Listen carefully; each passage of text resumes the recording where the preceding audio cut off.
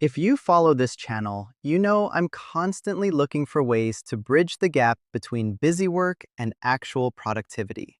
Within the Microsoft 365 ecosystem, automation is the holy grail. And today, we're putting a specific tool to the test, the workflow agent, Frontier. This agent has been available in the Frontier Early Access program for a few months now, and on paper, it's a top star candidate for business efficiency. But does it actually deliver in a real-world production environment? Let's find out. We'll start by launching the agent. If this is your first time, you'll find it under the Agents tab in your Copilot sidebar. You'll need to add it and go through a brief setup process to grant it the necessary permissions to interact with your workspace. To keep the test fair, I started with a native suggestion, the Planner Task Summary prompt. The agent automatically populated the requirements, and within 60 seconds, it notified me that the workflow was ready for deployment. Initially, I was impressed. The output was systematic and clean. However, upon closer review of the logic, I hit a significant limitation for any managerial role. The default workflow is hard-coded to pull only tasks assigned to the current user. As a project manager, a me-only view isn't enough. I need the high-level overview of the entire team's progress. When I prompted the agent to expand the scope to include all team tasks, it declined, citing a limitation in its current capability. Instead of giving up, I decided to test the agent's flexibility.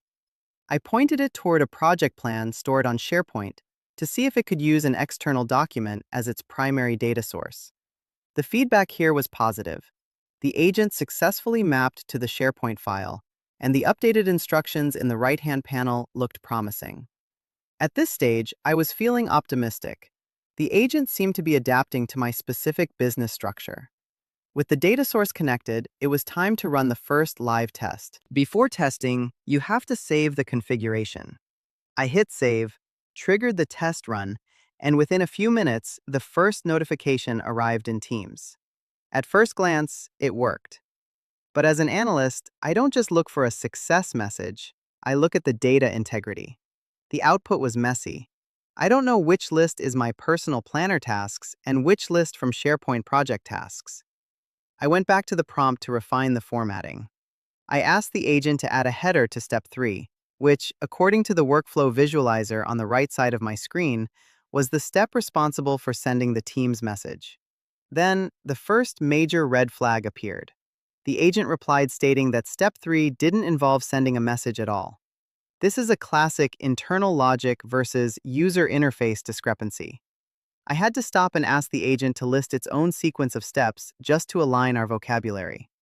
It turns out what the UI labeled as step 3, the agent's backend considered step 2. After resolving that communication breakdown, I issued a follow-up prompt. Add headers for clarity and sort all tasks by due date. The agent confirmed the update. I ran the second test. This time, the formatting looked professional. It had the headers. It was sorted. It looked like a perfect automation, until I actually read the dates. Let's look at the data integrity, specifically the dates. I isolated a single task, develop training materials. In my source Excel file, the finish date is clearly set for April 7, 2026. However, the workflow agent reported it as June 1, 2026. I asked the agent for the source of this discrepancy. It immediately admitted the error, claimed to have fixed the logic, and I watched the workflow instructions update in real time. Encouraging, right? I ran a third test. The date was still wrong. Even more concerning, developed training materials was already marked as completed in my file. This workflow was specifically instructed to only pull outstanding tasks. When I challenged the agent again, it thanked me for the callout and explained it had been pulling dates from a column that wasn't even the finish column. I ran a fourth test.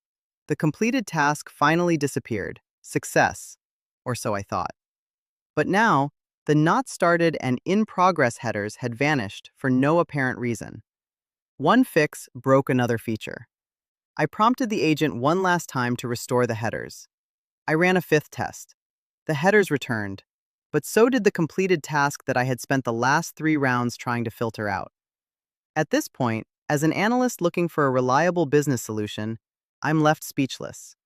We have entered a loop where the agent cannot maintain three basic rules simultaneously: correct date, correct filter, and correct formatting. So, where does that leave us?